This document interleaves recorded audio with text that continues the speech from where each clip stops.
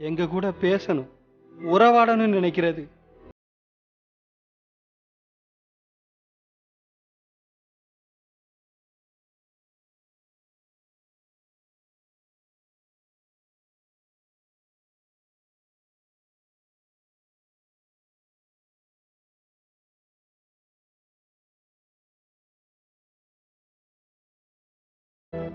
கல்வி என்பது அனைவருக்கும் போய் சேர வேண்டும் என்பது எனது எண்ணம்.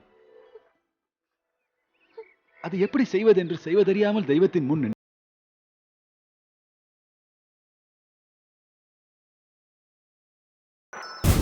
ஏன் அத்தை, மாமாவுக்கு ஏதாவது கோவமா?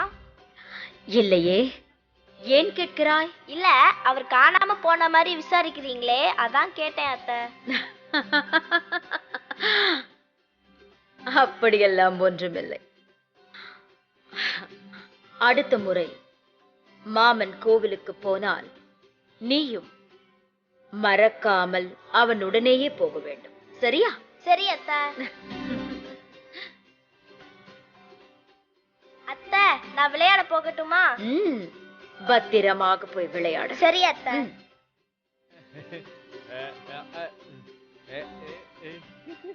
அத்தை, எனக்கு இவர் பிடிக்கல. அடுத்த முறை அவர் உன் கண்ணில் படவே மாட்டார். சரி அத்தை.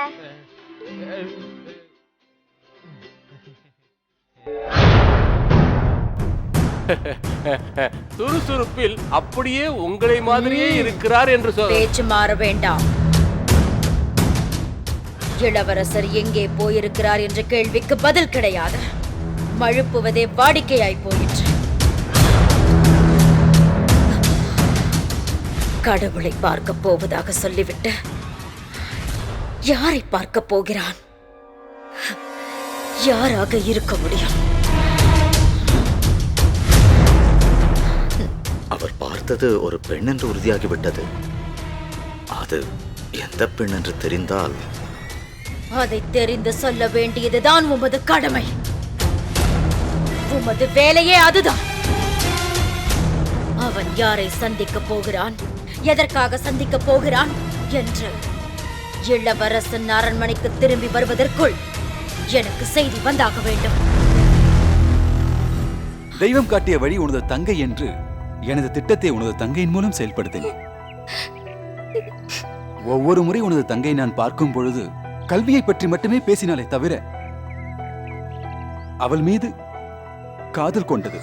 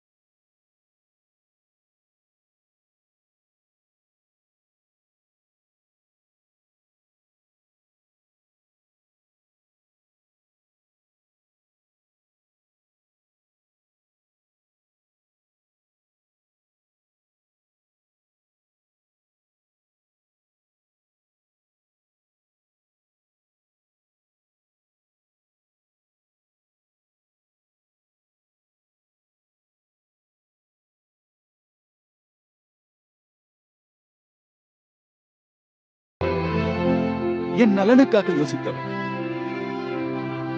எனது வருங்காலத்தை பற்றி யோசித்தவர், என் தடம் மாறாமல் நேர்வழியில் கொண்டு போய் சேர்த்தவர். அந்த விதத்தில் இன்று உனது தங்கை காதம்பரி எனக்கு குரு.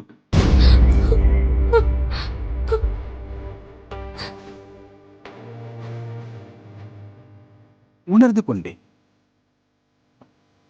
எனது வாழ்க்கையை ஏற்றுக்கொள்ள பழகிக் கொண்டேன்.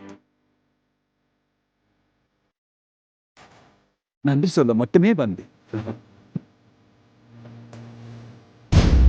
நம் சமஸ்தானம் முழுவதும் ஒற்றர்களை அனுப்பினால் உண்மை தெரிந்துவிடும் மகாராணியாரே. ஆமாம், நமது சமஸ்தானத்தில் மொத்தம் 4 தெருக்கள் தானே இருக்கிறது. 18 சமஸ்தானங்கள் உள்ளடக்கிய சாம்ராஜ்யம், சிற்றூர் இல்லை. இளவரசரை கண்காணிக்க வேண்டிய ஒற்றர்கள் சற்று அலட்சியமாக இருந்து விட்டார்கள். இது தளபதியாரின் பிழைதானே. கடிந்து கொள்ள வேண்டும் என்றால் தாங்கள் தளபதியை தான் கடிந்து கொள்ள வேண்டும்.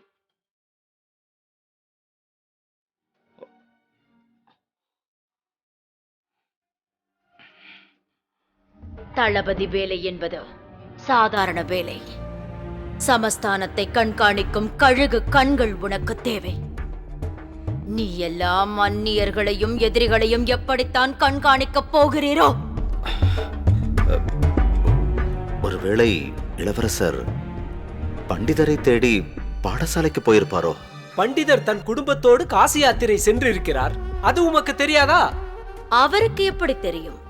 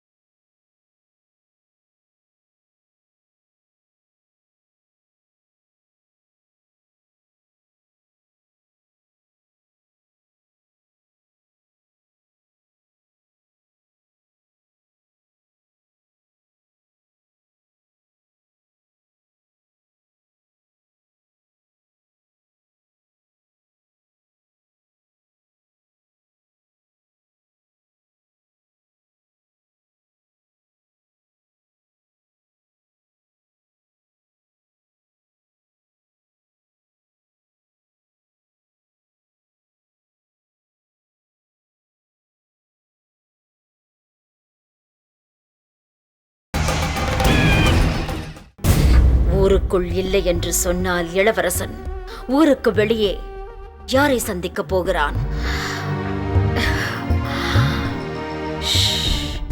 யாரை எதற்காக சந்திக்க போகிறான்? மகாராணியாரே, மனதை குழப்பிக் கொள்ள வேண்டாம். நானே நேரடியாக களமிறங்குகிறேன். தளபதி. மகாராணியாரே, நான் சொல்லியதை மறந்துவிட வேண்டாம். தங்களின் ரகசியம் காக்கப்படும்.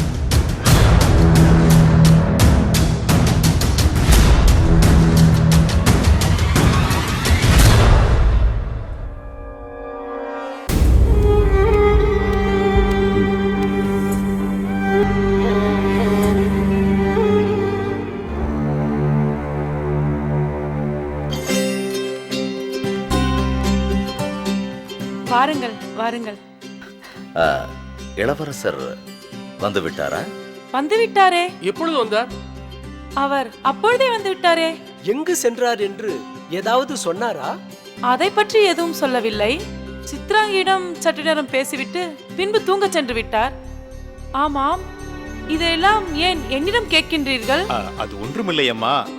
இளவரசர் எங்களிடம் சொல்லாமலேயே வெளியில் சென்று விட்டார். சில நாட்களாகவே அவரது போக்கில்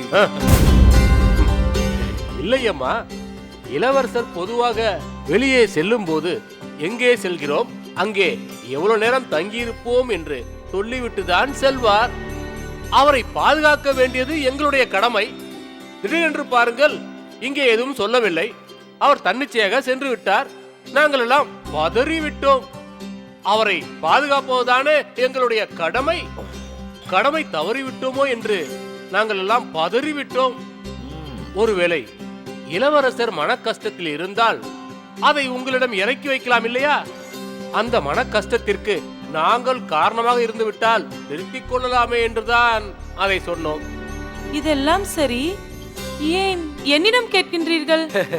என்ன அப்படி சொல்லிவிட்டீர்கள்? நீங்கள் வருங்கால இளவரசியின் தாய் அல்லவா? நமது மகாராணிக்கு இணையாக அந்தஸ்து உடையவர் அல்லவா? உங்களிடம் நாங்கள் கேட்பது எங்களுடைய உரிமை. அதற்கு பதில் சொல்வது உங்களுடைய கடமை. சரி சரி சரி, உங்களுடைய கடமை உணர்ச்சிக்கு ஒரு அளவே இல்லையா? உங்கள் கடமை உணர்ச்சியை கண்டு பதறிவிடப் போகிறார்கள். என்னிடம் எதுவும் சொல்லவில்லை. நீங்கள் கேட்டிருக்கலாமே. நான் எப்படி அவரிடம் கேட்பது? இளவரசரை பார்த்தால் எனக்கு பயமாக இருக்கின்றது. நீங்களே கேட்டுக்கொள்ளுங்களேன். சரிம்மா, நாளை இளவரசர் வெளியே செல்லும் பொழுது நீங்கள் எதுவும் கேட்க வேண்டாம். எங்களாலும் எதுவும் கேட்க முடியாது. அதனால் அவர் வெளியே கிளம்பினால் எங்களிடம் சொல்லுங்கள். நாங்கள் போய் அவரிடம் பேசி மன்னிப்பு கேட்டுக்கொள்கிறோம். அப்புறம் நாங்கள் உங்களிடம் பேசியதை இளவரசரிடம் சொல்லிவிடாதீர்கள். பிறகு அவர் உங்கள் மீதுதான் கோபப்படுவார். எடுத்து கொடுத்து நீங்களே காட்டி விடாதீர்கள். இளவரசர் கோபக்காரர் தான். ஆனால் கோபம் இருக்கும் இடத்தில் தான் குணம் இருக்கும். நீங்கள் போங்கள்.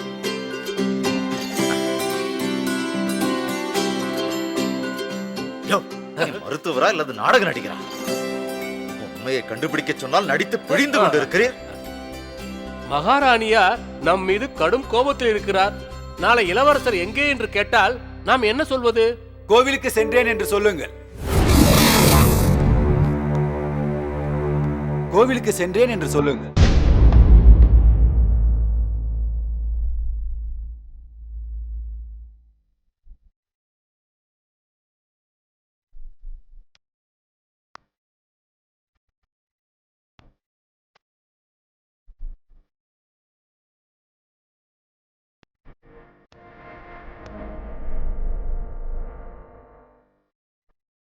மகாராணியார் கேட்டால் கோவிலுக்கு சென்றேன் என்று சொல்லுங்கள்.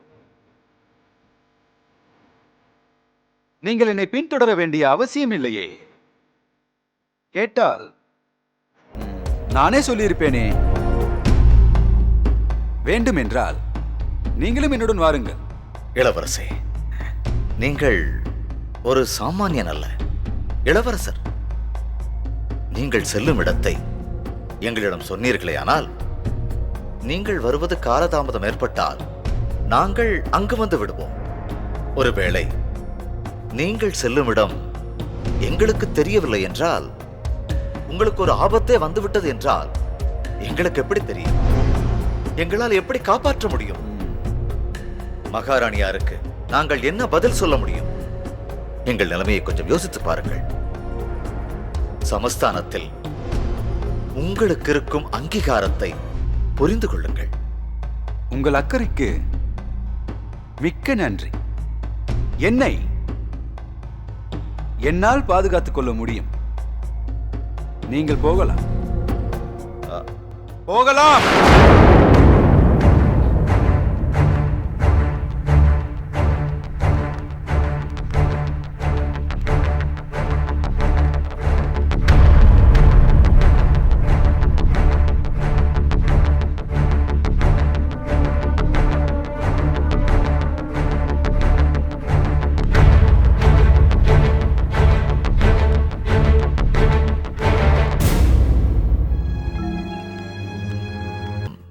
ஏதோ இவர்களையும் குழப்பி அனுப்பிவிட்டார். அதன் பிறகு இளவரசர் அந்த படி வழியாக இறங்கி வந்தார். கோவிலுக்கு பின்னால் இருந்த நான் இளவரசரை பின்தொடர்ந்தேன். இந்த புதருக்குள் தான் பதுங்கினேன். அப்பொழுது இளவரசர் அந்த படியில் சென்று அமர்ந்தார். இளவரசரை இந்த புதருக்குள் இருந்தே கண்காணித்துக் கொண்டிருந்தேன். அப்பொழுதும் இந்த ஜந்துக்கள் தான் காரியத்தை கெடுத்தார்கள்.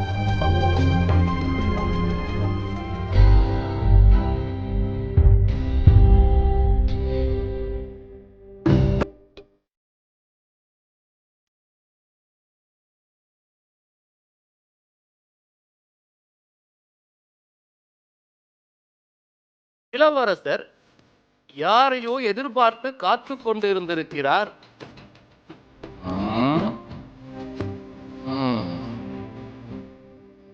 ஆக இளவரசரும் இளவரசரின் காதலியும் அமர்ந்து பேசிக் கொண்டிருந்த இடம் இதுதான். சமஸ்தானத்தில் எத்தனையோ இடங்கள் இருக்க இளவரசர் எதற்கு இந்த இடத்தை தேர்வு செய்தார்? இளவரசர் சாமானியர் அல்லவே மருத்துவரே. இளவரசர் சந்திக்கும் பெண் யாருக்கும் தெரியக்கூடாது என்றுதான் இந்த கோயிலை தேர்ந்தெடுத்திருக்கிறார். ஏனென்றால் ராஜ குடும்பத்தை தவிர இங்கே உள்ளே வர யாருக்கும் அனுமதி கிடையாது.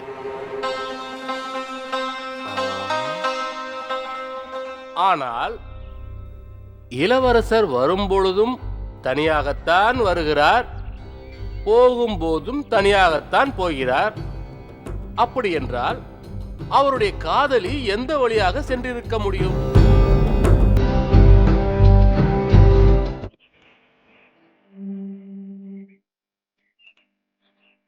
இது சமஸ்தானத்தின் எல்லை. இங்கு நம்மை போல் மேல்குடி மக்கள் வாழும் இடம் அருகில் எங்கும் கிடையாது. அதையும் தாண்டி காதலி வந்தாலும் இளவரசரோடு ராஜ குடும்பத்திற்கே சொந்தமான வழியில்தான் வந்திருக்க வேண்டும். அந்த வழியில் 100 அடிக்கு 4 காவலர்கள் இருக்கிறார்கள். ஆக இளவரசர் அரண்மனையிலிருந்து இந்த கோவிலுக்கு வரும் வரை 400 காவலர்களை கடந்து வந்திருக்க வேண்டும். பின்னர் எப்படி உள்ளே வருகிறார்கள், எப்படி வெளியே செல்கிறார்கள்? இந்த படியில் செல்வதற்கு யாருக்கும் அனுமதி கிடையாது. பிறகு எப்படி உள்ளே வருகிறார், எப்படி வெளியே செல்கிறார்?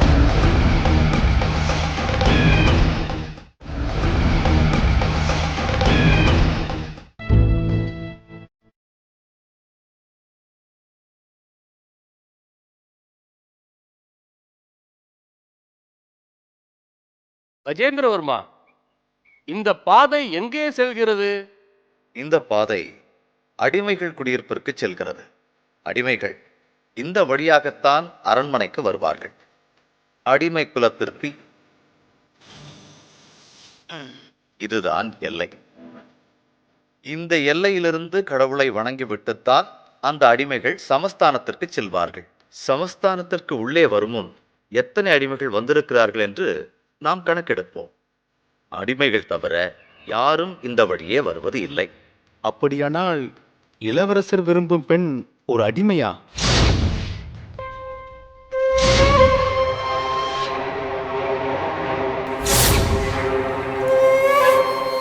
மதிகட்டவன் பேசியது போல் இருக்கிறது உம்முடைய கூற்று. இளவரசர் தராதரம் இல்லாத ஒருவர் என்று முடிவே செய்து விட்டீர்களா? நமக்கு தெரிந்ததை விட இளவரசருக்கு அதிகமாகவே தெரியும். ஏனென்றால் அவரை வளர்த்தது நமது மகாராணியார். பூபதி வம்சம் என்றால் சாதாரண வம்சமா? இத்தனை வருடங்களிலும் தோல்வியை சந்திக்காத வம்சம். எமது குலமே சிறந்த குலம் என்று மார்தட்டி வாழும் வம்சம். நாம் இன்று பின்பற்றும் இன மத குல கொள்கைகளை வகுத்ததே பூபதி வம்சம்தான். அந்த பூபதி வம்சத்தின் தலைமகன் நமது இளவரசர். தராதரம் இல்லாமல் முகம் பார்த்து கூட பேச தகுதி இல்லாத ஒரு அடிமையை காதலிப்பார் என்றால் அதை ஒரு காலமும் நான் ஏற்றுக்கொள்ள மாட்டேன். நிருபி, இன மத குல கொள்கைகள் நமது உயிருக்கும் மேலானது. இந்த மூன்றும் நமது சமஸ்தானத்தின் கொள்கைகள். நமது கொள்கைகளும் அதுவே. இனமும் குலமும் நமது இரத்த நாளங்களில் ஊறிப்போனது. ஆனால் இளவரசரின் கொள்கை என்ன? பஞ்சபூதங்கள் அனைவருக்கும் பொதுவானது.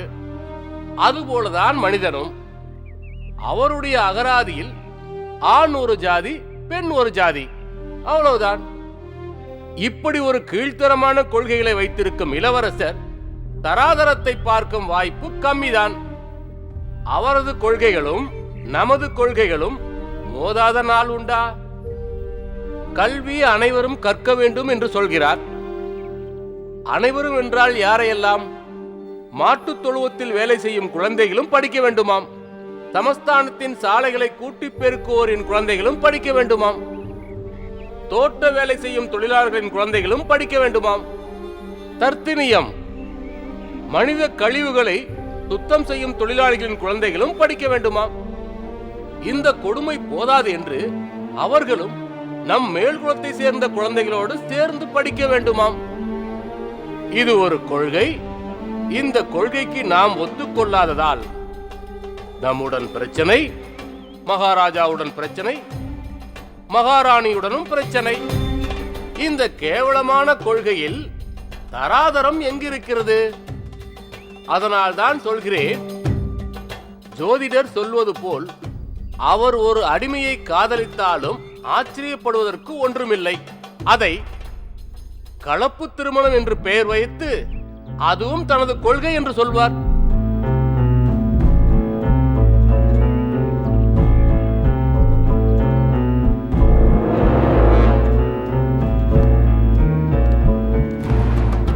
நான் நினைப்பது என்னவென்றால், நாம் அனைவருமே இளவரசரை தவறாக புரிந்து கொண்டிருக்கிறோம் என்பதே. இளவரசருக்கு அனுபவம் தேவை. வெளிநாட்டுக்கு சென்று படித்தவர் அல்லவா?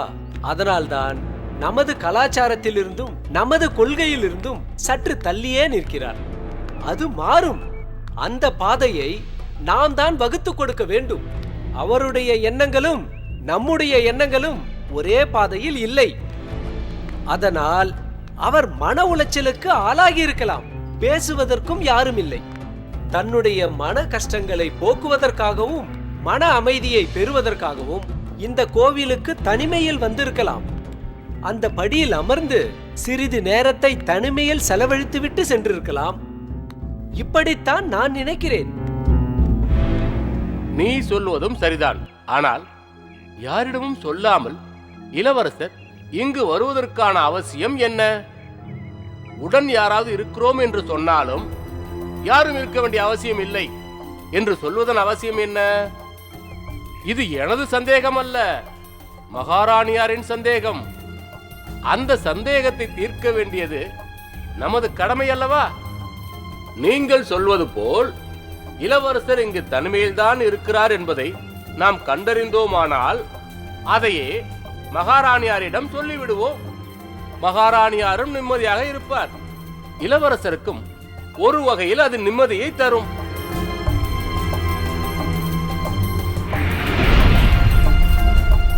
எது எப்படியோ காலம் தாழ்த்தாமல் காலம் கடக்கும் முன் நம் சந்தேகங்களை தீர்த்துக் கொள்வது நம் அனைவருக்கும் நல்லது. இப்பொழுதெல்லாம் இளவரசர் இரவில்தான் கோயிலுக்கு வருவதை வாடிக்கையாக கொண்டிருக்கிறார். இன்று இரவே இந்த பிரச்சனைக்கு நாம் தீர்வு காண வேண்டும், முடிவும் கட்ட வேண்டும்.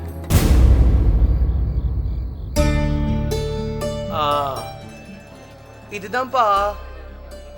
இதுவா? எங்க என் பேர் எழுது? வே இங் கை. வேங்கை. இதான்ப்பா உங்க பேரு, வேங்கை. இதுவா என் பேரு? ஆஹா, என் பையன் எவ்வளவு விஷயங்கள் தெரிஞ்சு வச்சிருக்கான். ராமையா, உனக்கு நான் எத்தனை முறை சொல்றது, வைகுந்தத்துக்கு வந்துடுறா வைகுந்தத்துக்கு வந்துடுறான்னு. ஆனா நீ சொன்னா கேட்க மாட்டேன். உன் நெத்திய பாரு, இதுக்கு எவ்வளவு திருநீர் செலவு பண்ணணும். இதுக்கெல்லாம் காசுக்கு என்னடா பண்ணு?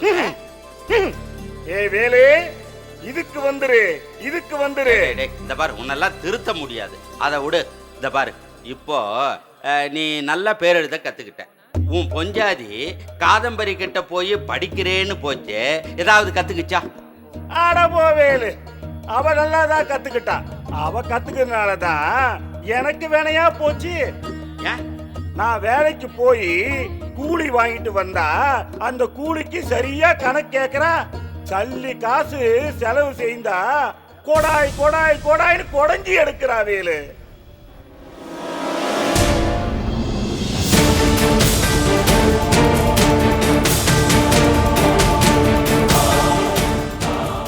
பாடம் கத்துக்கிறதுல நல்லதும் இருக்குது கெட்டதும் இருக்குதா? சரி, அதை விட ராமையா, உன் பொஞ்சாதி வேலு வேலு, பொஞ்சாதிய பத்தி ஞாபகப்படுத்தாத. ஊட்ட விட்டு வெளியே வந்தா பொஞ்சாதி பத்தி பேசக்கூடாது. வேற ஏதாவது பேசி தொலையா? சரி சரி, நான் பேசல, ஒன்னும் பேசல. ரொம்ப பாதிக்கப்பட்டிருப்பான் போல் இருக்கு.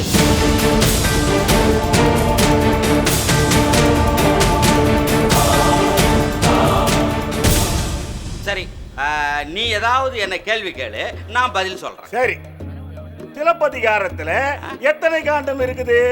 3 காண்டம் இருக்குது. புகார் காண்டம், வஞ்சி காண்டம், மதுரை காண்டம். புகார் காண்டத்துல சோழ நாட்டுல நடக்கிற கதை வருது. வஞ்சி காண்டத்துல சேர நாட்டுல நடக்கிற கதை வருது. மதுரை காண்டத்துல பாண்டிய நாட்டுல நடக்கிற கதை வருது. இந்த பாண்டிய நாட்டுல கண்ணகி என்ன பண்றான்னா, என்ன பண்றா? அத இன்னைக்கு சொல்லி உனக்கு விளங்க வைக்க முடியாது, கொஞ்சம் இரு. டேய் தம்பி, இங்க வா. என்னங்க ஐயா? உன் பேர் என்ன? பெருமாள். நம்மாளு நம்மாளு வைகுந்தம், அப்படிதான் இருக்கணும். சரி, இப்போ நான் சொல்லி கொடுக்குறேன், அத நீ சொல்லணும். எப்படி? ஆனா அவன்னா.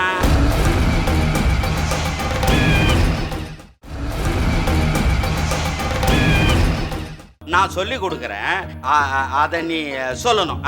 எப்படி? ஆனா அவன்னா.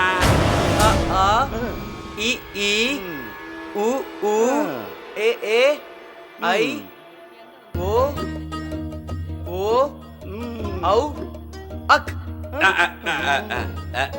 என்னது? அக்கு. அக்கா? எங்க இன்னொரு தடவை சொல்லு. அக். அக்குன்னா என்னடா? ஆயுத எழுத்து. ஓ, சரி சரி. சொல்லி கொடுத்தத அப்படியே அச்சரம் தவறாம கத்துக்கிட்டு இருக்கிறேன். என் செல்ல குட்டி, சொட்டவால குட்டி. நீ வந்து நம்ம ஏனோ இந்த கைலாயத்தை பத்தி எங்கும் பேசுறாத, பேசக்கூடாது, தெரியுதா? கைலாயத்தை பத்தி பேசக்கூடாது. போ போ, போய் உட்காந்து படி போ. ராமையா, இன்னா செய்தாரை ஒருத்தல் அவர் நாண நன்னயம் செய்து விடல். இதுக்கு என்ன அர்த்தம்?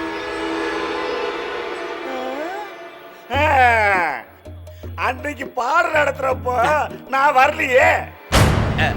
தெரியும்டா, கைலாயத்துக்கு இதெல்லாம் வராது.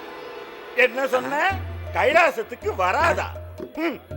சிவபெருமான் அகத்தியருக்கு சொல்லி கொடுத்தது தமிழ், உனக்கு தெரியுமா? இவ்வளவு தெளிவா பாடம் படிச்சிருக்காங்களே. அப்படியா? பரவாயில்லையே, கொஞ்சம் முன்னேறி இருக்கிறான். நீ யாருப்பா? புதுசா இருக்கிற? நன்னிலங்காடு, சும்மா தான் வந்தேன். நன்னிலங்காட்டானா? அதான் நடையே ஒரு மாதிரி இருக்குது. சும்மா வந்தேன்னு சொல்லிட்டு போறான்.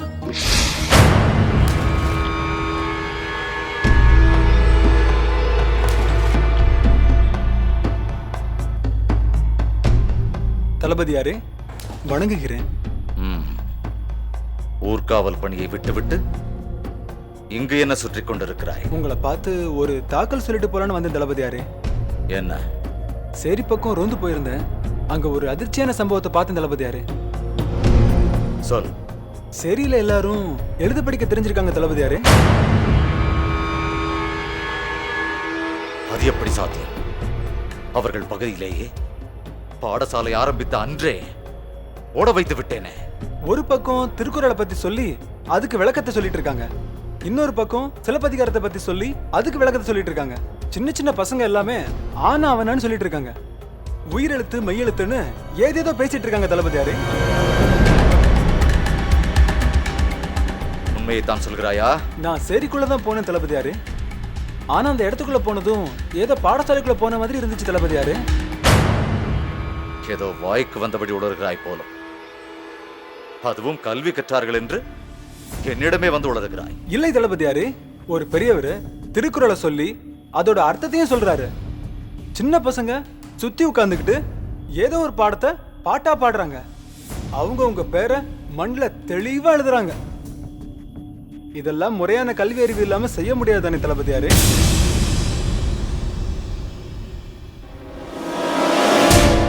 நீ சொல்வதெல்லாம் உண்மையா?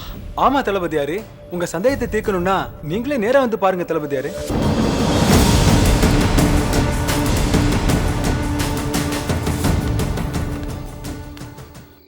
புகார் காண்டம்,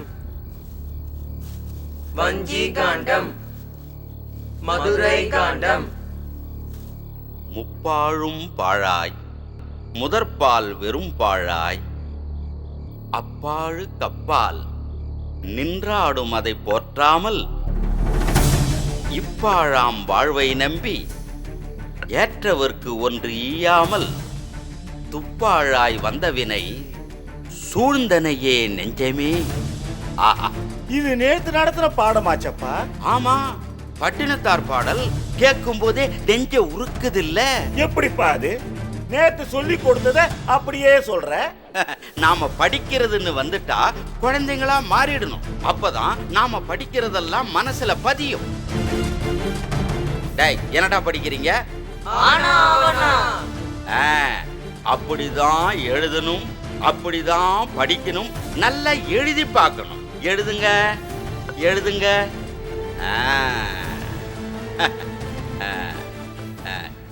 ஏப்பா, யாருப்பா நீ? நன்னிலங்காடுப்பா. சும்மா பார்த்துட்டு போலான்னு வந்தேன்.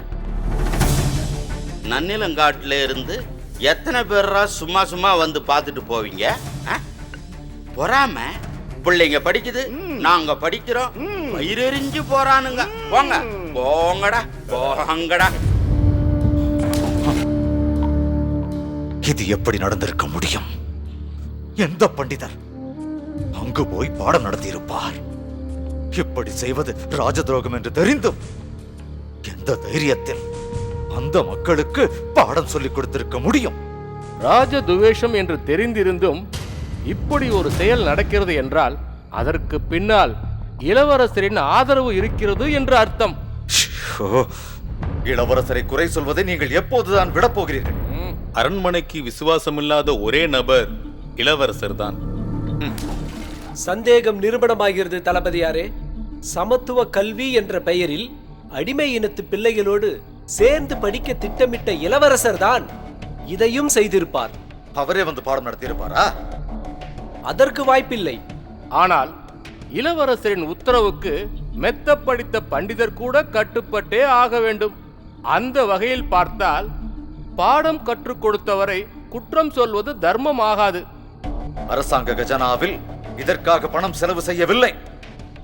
பணத்திற்கு என்ன செய்கிறார் நம் இளவரசர்? அவ்வப்பொழுது என்னிடம் வேறு சில தர்ம காரியங்களுக்கு வேண்டும் என்று வாங்கி செல்கிறார். மக்களிடம் பரவலாக உள்ள ஒரு விஷயத்தை நான் சொல்லட்டுமா? உமது ஜோதிடத்தை போன்று இதுவும் பொய்யாக இருக்காதே. எனது ஜோதிடம் என்றுமே பொய்த்ததில்லை. நான் இளவரசர் விஷயத்தில் சில முக்கியமான விஷயங்களை நான் சொல்லவில்லை. ஏன்? எனது உயிரை நான் காத்துக்கொள்ள வேண்டாமா?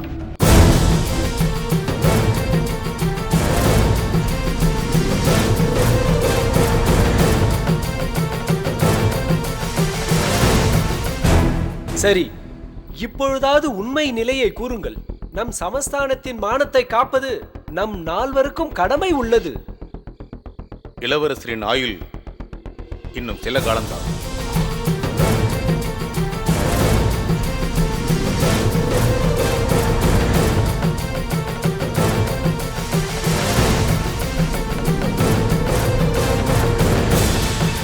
அதற்கு காரணம் ஒரு பெண்ணாக இருப்பார். அவள் என்ன செய்வாள்? அந்த பெண்ணால் என்ன செய்துவிட முடியும்? தேவலோகத்து அமிர்தத்தை ஈ மொய்க்கின்ற இடத்தில் வைத்தால் ஈ மொய்க்கத்தான் செய்யும். தேவாமிர்தம் என்றால் அது இருக்க வேண்டிய இடத்தில் இருந்தால்தானே மரியாதை, கௌரவம். தெளிவாக சொல்லுங்கள் ராஜகுரு. இளவரசர் சமஸ்தானத்தின் பொக்கிஷம். ஆனால் அவர் தேடி போகின்ற பொக்கிஷம் அந்த சேரியில் தானே இருக்கிறது. உறுதியாக சொல்கிறீரா? என் காதில் விழுந்த செய்தியும் அதுதான். உமது காதில் என்ன விழுந்தது? இளவரசர் காதலில் விழுந்து விட்டார் என்று.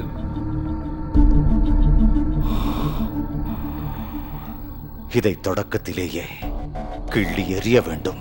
இளவரசருக்கு தான் வேறு பெண்ணை பேசி முடிவு செய்தாகிவிட்டதே. அதற்காக ஒரு ராஜ துரோகத்தை விட்டுவிட முடியுமா? யார் அந்த துரோகி என்று கண்டுபிடித்தே ஆக வேண்டும். கெட்ட பழக்கம் என்பது முதலில் ஒரு வழிப்போக்கன் மாதிரி வரும். அப்புறம் விருந்தாளியாய் மாறி கடைசியாக முதலாளி ஆகிவிடும். அந்த முதலாளிக்கு அடிமையாகிவிடும் சூழல் வந்துவிடும். அப்படித்தான் இளவரசரின் கெட்ட பழக்கமும் இருக்கிறது. ஆசை நாயகியாய் அவளை அந்தப்புறத்தில் வைத்துக் கொண்டால் அவளை எப்படி? எங்கே சந்திக்கிறார்? கோவிலுக்கு போவதாக சொல்லிவிட்டு போவதே இளவரசர் அந்த பெண்ணை சந்திப்பதற்காக தான். கோவிலில் எப்படி அந்த பெண்ணால் நுழைய முடியும்? அவர் அரண்மனையில் சொல்லிவிட்டு போகிற வெறும் தகவல் அது. ஆனால் இளவரசர் போகின்ற இடம் வேறு எங்கோ. யாராக இருக்கும்? சேரி மக்களிடம் போய் ஒரு சாதாரண பிரஜையாய் நானே விசாரித்து விட்டு வரட்டுமா? இது ஒற்றற்படை மூலம் தெரிந்து கொள்ள வேண்டிய செய்தி. வேறு யார் களத்தில் இறங்கினாலும் எச்சரிக்கையாகி விடுவார்கள். கண்டுபிடித்தே ஆக வேண்டும். நகத்தால் கிள்ளி எறிய வேண்டியதை கோடாரியால் வெட்டி எறியும் அளவிற்கு விட்டுவிடக் கூடாது.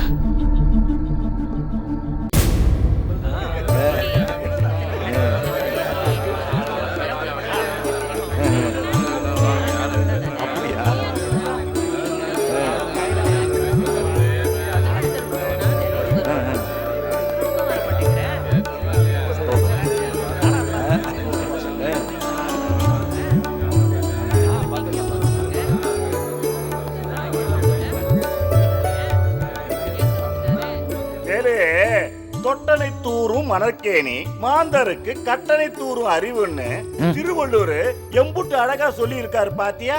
என்னன்னு இது புது பாஷையா இருக்கு? இது எந்த தேசத்து பாஷனை? அட போடாக்கு இருக்கு பயல, இது சுத்தமான தமிழ் பாஷடா. தமிழா? ஆமா. ஆனா நீங்க பேசுறது எதுவுமே எனக்கு புரியலையே. வீரையா, இது திருக்குறள், திருவள்ளுவர் எழுதினது. இதுக்கு என்ன அர்த்தம்னா, நாம மணல்ல எந்த அளவுக்கு தோன்றமோ அந்த அளவுக்கு நீர் சுரக்குது இல்லையா? அதே மாதிரிதான் நாம எந்த அளவுக்கு படிக்கிறோமோ அந்த அளவுக்கு அறிவு சுரக்கும் அப்படின்னு திருவள்ளுவர் சொல்றாரு. இது எல்லாத்தையும் நீங்க எங்கன்னு தெரிஞ்சுக்கிட்டீங்க? நீ கிறுக்கு பயலேதான் வீரையா. வீரையா, இதை எங்களுக்கு சொல்லி கொடுத்ததே காதம்பரி தான்.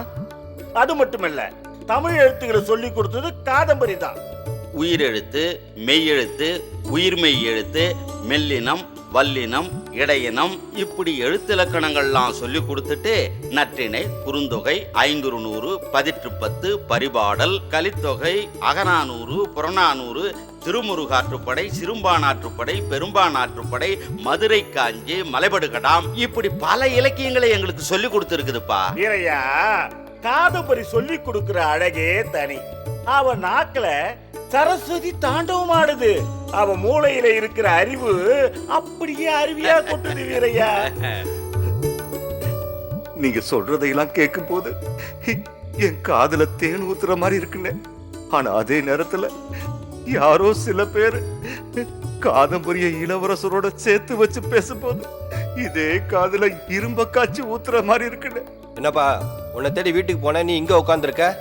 டேய் சிவம், நம்ம காதம்பரி இவங்க எல்லாருக்கும் என்னென்னமோலாம் சொல்லி கொடுத்துருக்காடா. என் பொண்ணு காதம்பரிய நினைச்சா எனக்கு ரொம்ப பெருமையா இருக்குடா. அப்படியா? காதம்பரிய பத்தி தான் நானும் சொல்ல வந்தேன். இன்னும் பெருமைப்பட்டுக்க. என்ன சொல்ல போற? நீங்க சும்மா இருங்க, நான் சொல்றேன் மாமா. நாங்க காட்டுப்பகுதியில வேலை பார்த்துக்கிட்டு இருந்தோம். அங்க இளவரசர் வந்தாரு.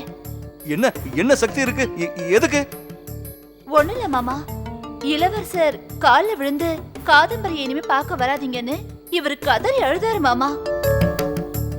ஊருக்காரங்க என்ன பேசிக்கிறாங்கன்னு விவரமா எடுத்து சொன்னேன். டேய், ஊருக்காரங்கலாம் வெட்டி பசங்க. என் பொண்ணு காதம்பரிய பத்தி எனக்கு தானா தெரியும். ஆமா, ஊர் உலகத்தல்லாத பொண்ணை பெத்தி வச்சுட்டாரு. உன் பொண்ணு யோகிதை தான் ஊருக்கே தெரியுமே. வாங்க போலாம். வாங்க வாங்க வாங்க போலாம். வாங்க.